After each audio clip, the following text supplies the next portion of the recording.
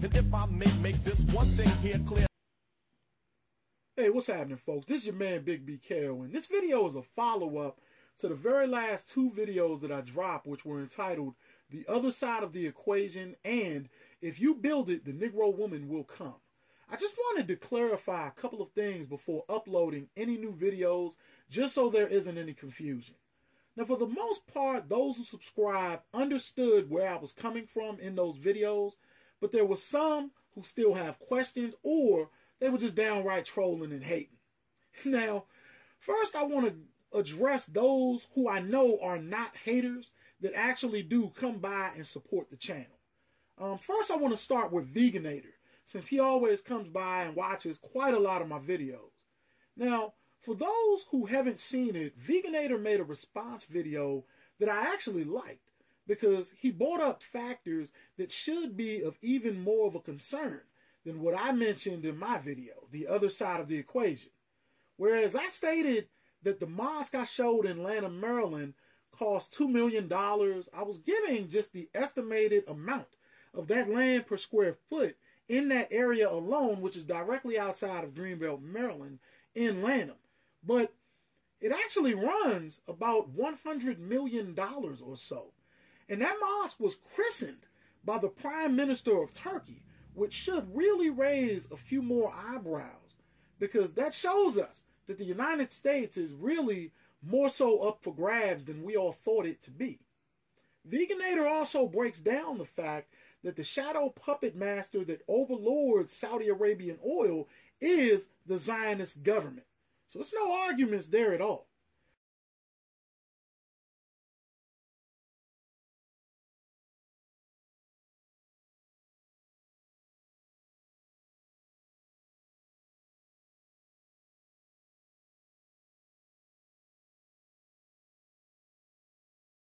My disagreement, however, was when you stated that I was wrong in saying that black men of the 1970s failed the black community. And as I said in my comment on that video, I am a product of the 1970s. I was born in March of 1976, making me a bicentennial brat, raised in a predominantly black neighborhood and surrounding community.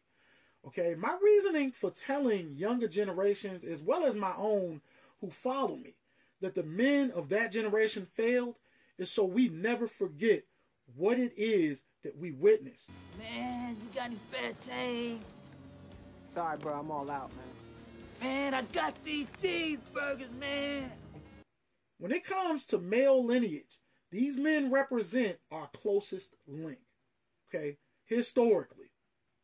We cannot sugarcoat the downfall of our community without showing these men in their ongoing regressive states, behaving no differently than when they themselves were teenagers. If you ever saw the old classic Public Enemy music video, Night of the Living Bassheads, this is what Chuck D, Professor Griff, and the old Bomb Squad music production group was attempting to do. They showcased the crack cocaine epidemic at its worst.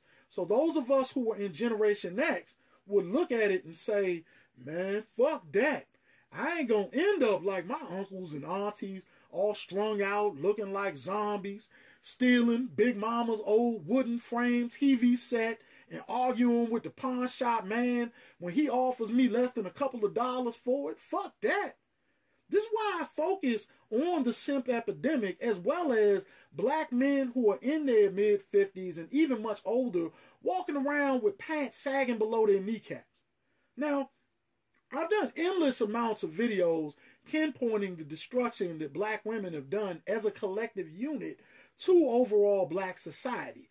And we know this without a shadow of a doubt. But when it comes right down to who is going to be held responsible at the end of the day, I place that directly on the shoulders of men, okay? When I was growing up, if one of my friends got in trouble and I was out there with them when it occurred, that meant that I got in trouble too.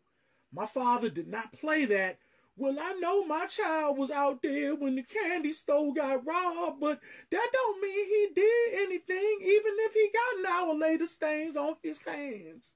No, okay? As he always told me, if you're rolling with 9 friends who happen to be dumb, you're the 10th one. And I personally think that black parents and all parents in general need to go back to that. Using the guilt by association rule. We need to go back to that. Especially when it comes to raising boys. So this is why I tell folks that those previous generations of black men failed. All right?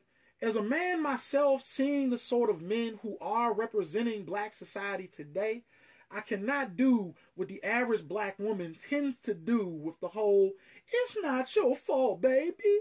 Jeebuses don't take care of everything. Yet the lights in the home still get cut off.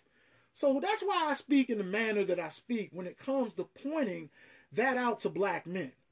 No time for bullshit. You stay strong. Because these motherfuckers aren't coming after your natural black ass. Now I'm going to address a hater.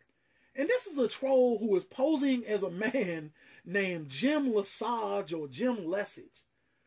And at first glance, it appears that Jim Lesage is some twin of mine and we were separated at birth because he looks a hell of a lot like me. But in reality, this troll is using an actual photo of me that was taken at my oldest sister's wedding. And all I got to say is, hey, if you were going to use a jacked up photo, you could have copied and pasted a much worse picture than this one. Although I was a few pounds heavier at the time when this was taken, I wasn't looking shabby at all in that Pierre Cardin suit. I know that sounds pretty brash of me, but I don't think so. But if that's your perception of me, that's your perception. And the troll who did this, look, Lynette or Pure Butterfly Spirit, we know it's you, all right? We know it's you hiding behind the image of a man, which is just as sad as it is prophetic because you women really want to get behind the shoulders of a man, but you just can't keep a guy standing in front of you long enough because most of them end up walking away. And I'm just going to tell you this, honey. Look, I know that I'm hard to resist. Too hot to handle, too cold to hold, shinier than silver and worth more than gold. But look, you have to let me go sometime. You have to let me go. You got to realize that Big BKL is in high demand these days, just like those Tickle Me Elmo toys were several years ago, okay? You're going to have to find a replacement to snuggle up with this Christmas, baby, because hot commodities don't stay on the shelf for too long. To be the man, you gotta beat the man, and I'm saying, woo!